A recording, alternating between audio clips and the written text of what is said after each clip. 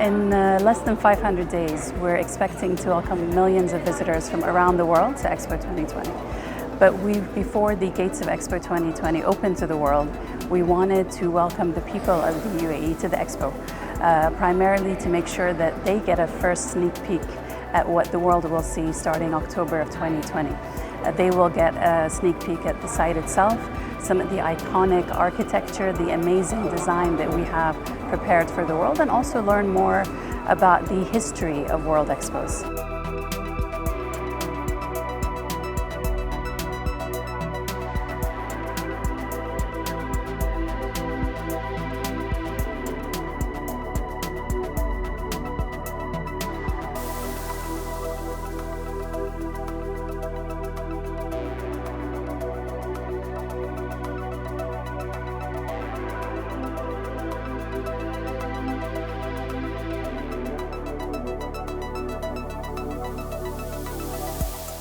If we look at the history of World Expos, the first World Expo was in 1850, and over about 170 years, it's never come to our region.